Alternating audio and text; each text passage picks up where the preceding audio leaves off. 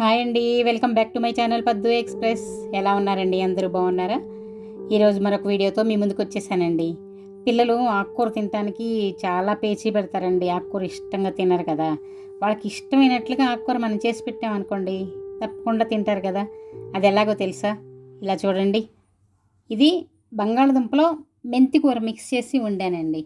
ఇది పిల్లలకి పెట్టండి, ఆరోగ్యానికి ఆరోగ్యం. వాళ్ళకి ఇష్టమైన బంగాళదుంప కూడా పెడుతుంటాం కదా, కాబట్టి టేస్టు బాగుంటుంది.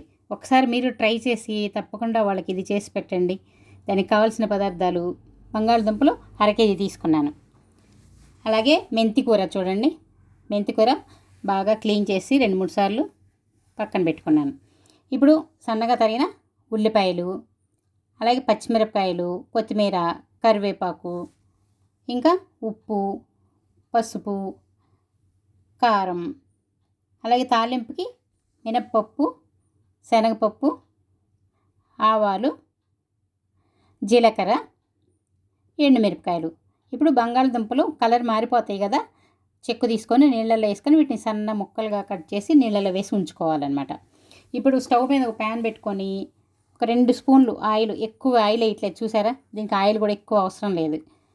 దీనిలో ఇప్పుడు తాలింపుకి నూనె వేడెక్కిన తర్వాత మినప్పప్పు, శనగపప్పు, జీలకర్ర, ఆవాలు వేసుకొని కొంచెం వేగనివ్వాలి. వీటిని కొంచెం లైట్గా వేగిన తర్వాత దీనిలో మళ్ళీ ఇప్పుడు ఎండుమిరపకాయ వేసుకొని తర్వాత మళ్ళీ అది కూడా కొంచెం కలుపుకొని తర్వాత చూడండి దీనిలోకి కరివేపాకు వేసుకుంటున్నాను. కరివేపాకు కూడా కొంచెం వేగనివ్వాలి. వేగిన తర్వాత దీనిలో ఇప్పుడు మనం తరిగి పెట్టుకున్న ఉల్లిపాయలు ఉన్నాయి కదా, ఉల్లిపాయలు వేసుకొని దానిలోనే పచ్చిమిరపకాయలు కూడా వేసుకోవాలి. చూడండి, వేసుకొని ఇవి వేయించుకోవాలి. ఇవి బాగా బ్రౌన్ కలర్ రానక్కర్లేదు, ట్రాన్స్పరెంట్ అయితే చాలు. చూసారా, ఇలా ట్రాన్స్పరెంట్ అయిన తర్వాత దీనిలోకి ఇప్పుడు మనం సన్నగా తరిగి పెట్టుకున్నాం కదా బంగాళదుంపలు, నీళ్ళల్లో వేసి ఉంచుకున్నాం కదా, వాటిని ఇందులో వేసుకోవాలి. చూడండి, ఇవి ఇందులో వేసుకొని ఇవి కలర్ మారిపోతాయి కదా, అందుకని ఇమ్మీడియట్గా దీనిలో సాల్ట్ వేసుకోవాలి. చూసారా, దీనిలో ఇప్పుడు మనకి రుచికి తగినట్లుగా సాల్టు, అలాగే పసుపు వేసుకొని బాగా కలుపుకోవాలి. ఒకసారి అన్నీ కలుపుకొని మూత పెట్టుకొని దీన్ని కొంచెంసేపు మగ్గనివ్వాలి. వాటర్ కూడా ఏం అవసరం ఉండదండి, మనం నీళ్ళల్లో నుంచి తీసేసాం కదా, ఆ వాటర్తోనే మగ్గిపోతుంది.